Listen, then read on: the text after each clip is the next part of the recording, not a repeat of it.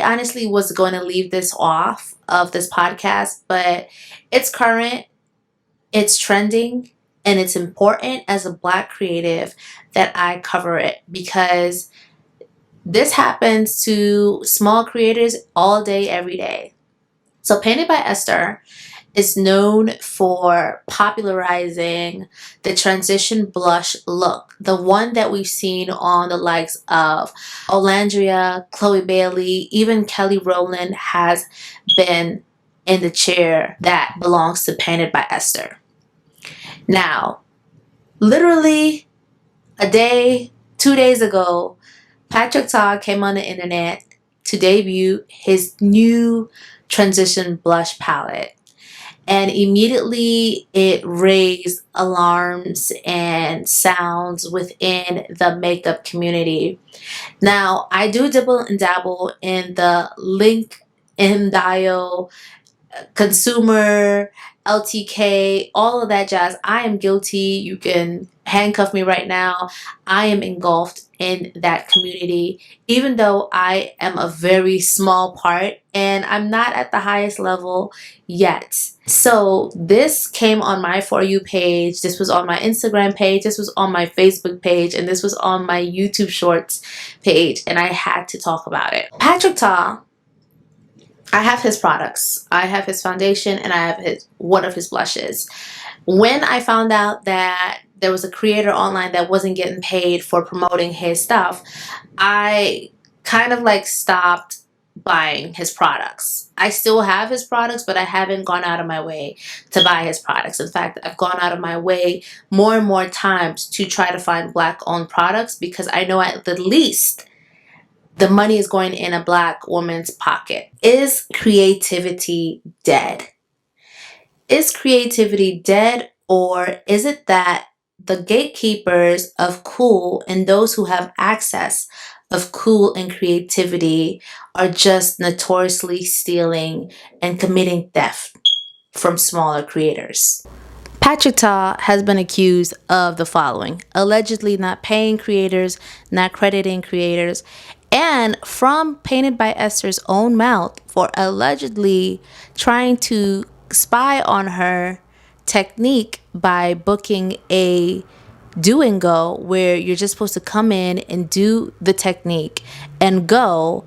In fact, the agent told her that, the other half of the Patrick Ta Artistry would just like to record you doing your work.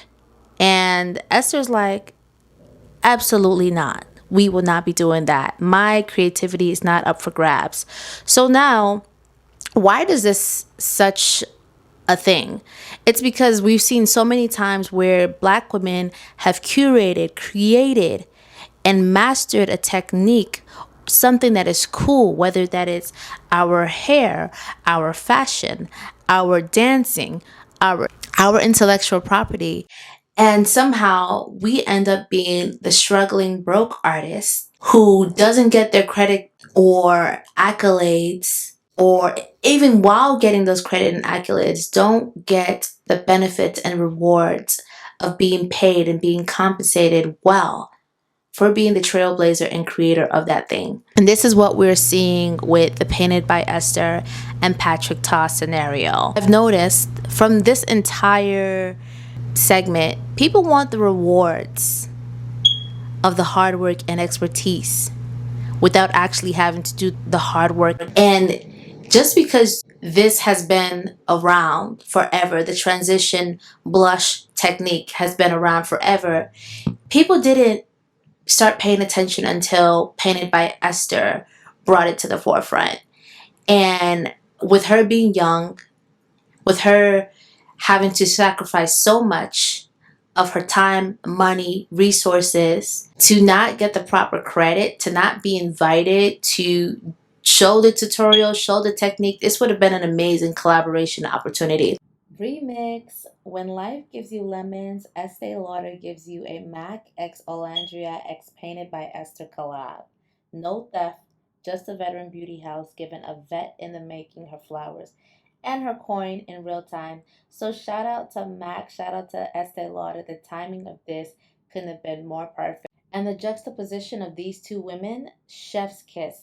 Olandria, the reality TV star turned it girl, they tried to cast as a black sheep. And Esther, the makeup artist they tried to edge out of her own technique, finally getting their justice. Okay, I'm done. Back to the video.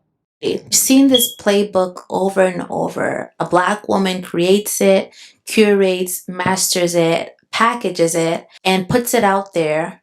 A few people take notice of it, and the bigwigs come over and completely hijack and monetize it altogether. And the black woman is still left paying the price of wanting to be seen and heard and sharing her gifts to the world.